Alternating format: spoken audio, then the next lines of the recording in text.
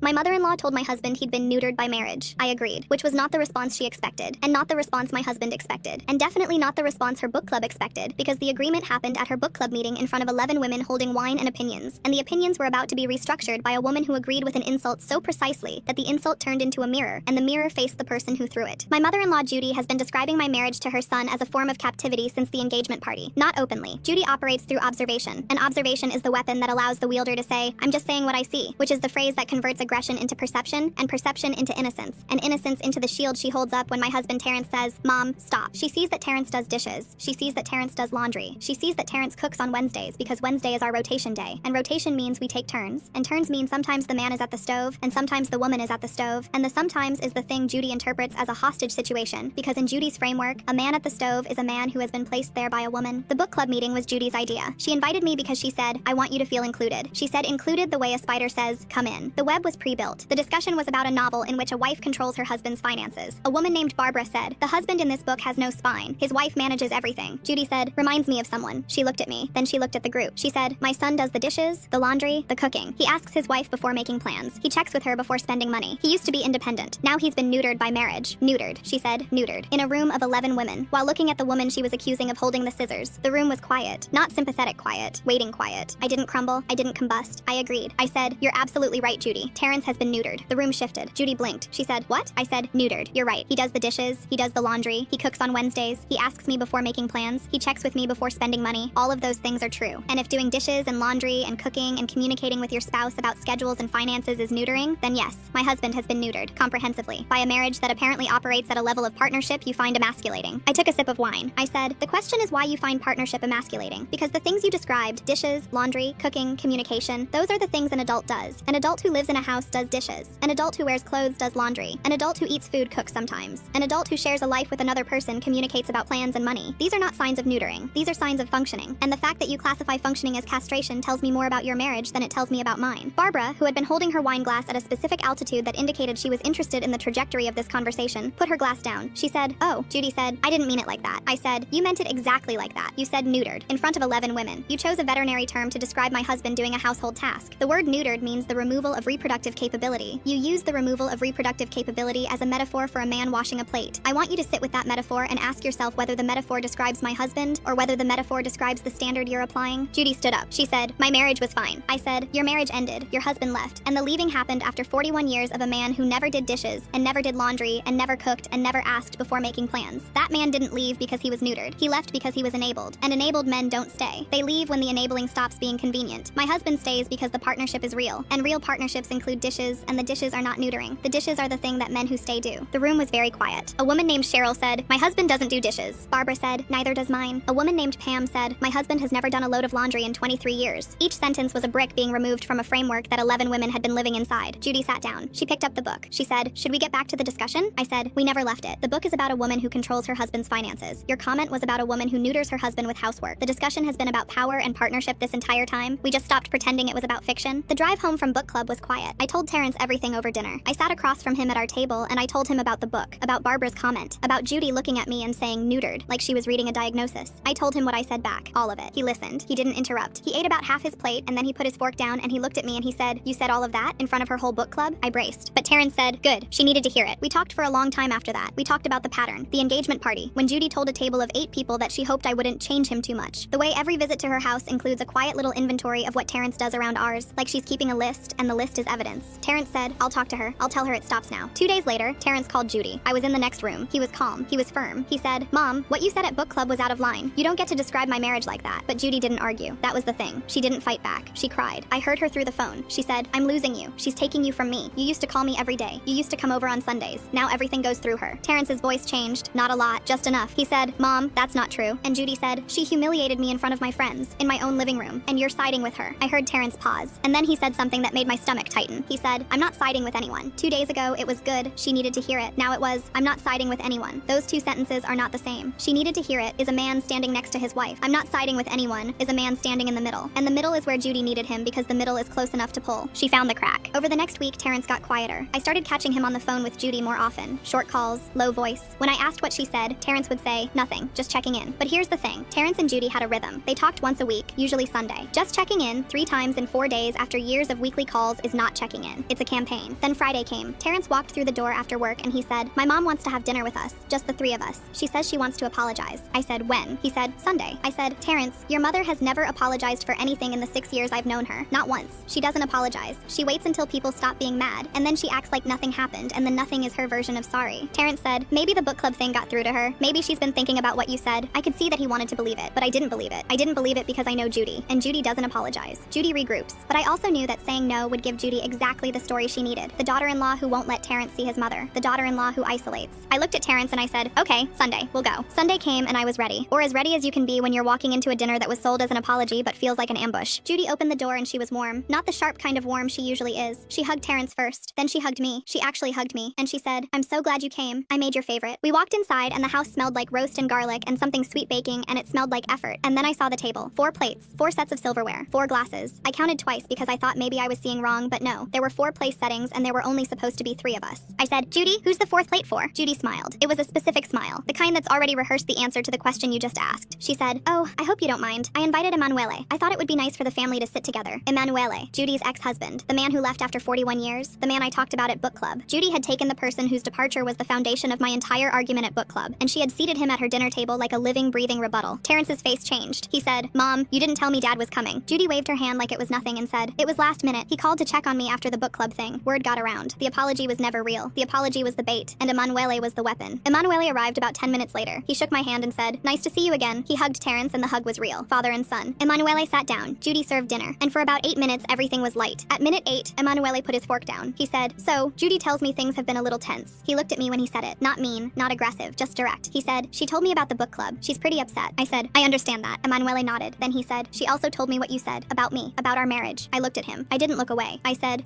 that men who are enabled don't stay, and that you left after 41 years. The table got very quiet. Judy was watching Emanuele the way you watch a card you played, waiting to see if it wins the hand. Emanuele was quiet for a long moment. He looked at his plate. He looked at Judy. He looked at me. And then he said something that nobody at that table expected. He said, "You weren't wrong." The table froze. Judy's face changed. It went from waiting to something else, something that looked like the ground moving under someone who thought they were standing on concrete. Emanuele kept talking. He said, "I didn't leave because I was enabled. I left because I was miserable. And I was miserable because I spent 41 years in a house where my wife did everything and resented me for it, and I never learned how to be a partner. By the time I wanted to learn, it was too late. She didn't want a partner anymore. She wanted the version of me she'd already decided I was." He looked at Judy, right at her, and he said, "And that version was the one who didn't do dishes." The room was so quiet I could hear the clock on the wall. She brought him here thinking he was a weapon. He turned out to be a witness, and he was testifying for the other side. Judy's face didn't explode. It didn't crumble. It froze. And frozen is worse than both because frozen means the reaction is being held behind a wall, and the wall is thin, and the thing behind it is not sadness. It's fury. Judy put her napkin down, very slowly, very carefully, and she looked at Emanuele and she said, "You were not invited here to agree with her." Emanuele didn't look away. He said, "You invited me here to take your side. I'm telling the truth instead." Judy turned away from Emanuele like he had stopped existing, and she looked at me and she said, "The truth is that she has turned our son into a different person." She said she, like I wasn't sitting 4 feet away from her. She said our son, like Terrence, was a shared project that I had vandalized. And that's when Terrence put his fork down. He said, "Mom, I'm sitting right here. Stop talking about me like I'm not in the room." Judy turned to him. She said, "Then tell me. Tell me you're happy doing dishes every night. Tell me you're happy asking permission to spend your own money. Tell me this is the life you wanted." Terrence looked at his mother, and he didn't hesitate. He said, "I don't do dishes every night. We split it. I don't ask permission. We talk about money because we share a budget. And yes, this is the life I wanted. This is exactly the life I wanted." Judy's face did something I can only describe as flickering. She said, "You never wanted this before her." And Terrence said, "Before her, I didn't know what I wanted. I just did what you modeled, which was a man who sits while a woman works and calls it normal." I watched that sentence land on Judy, the way a stone lands on still water. You could see the impact, and then the rings moving outward, and the rings touched everything. Terrence had just told his mother that the example she set, the marriage she built and maintained and defended for 4 decades, was the thing he had to unlearn in order to be happy. And the look on Judy's face was not anger anymore. It was something underneath anger. Judy said very quietly, "I gave your father everything. I cooked every meal. I cleaned every room. I raised you by myself while he traveled. I did everything right, and he still left." The room went silent. I sat there and I understood. I finally, fully understood what this had been about the whole time. This was never about dishes. The dishes were just the thing Judy could point at. This was never about neutering. The word was just the weapon she could throw.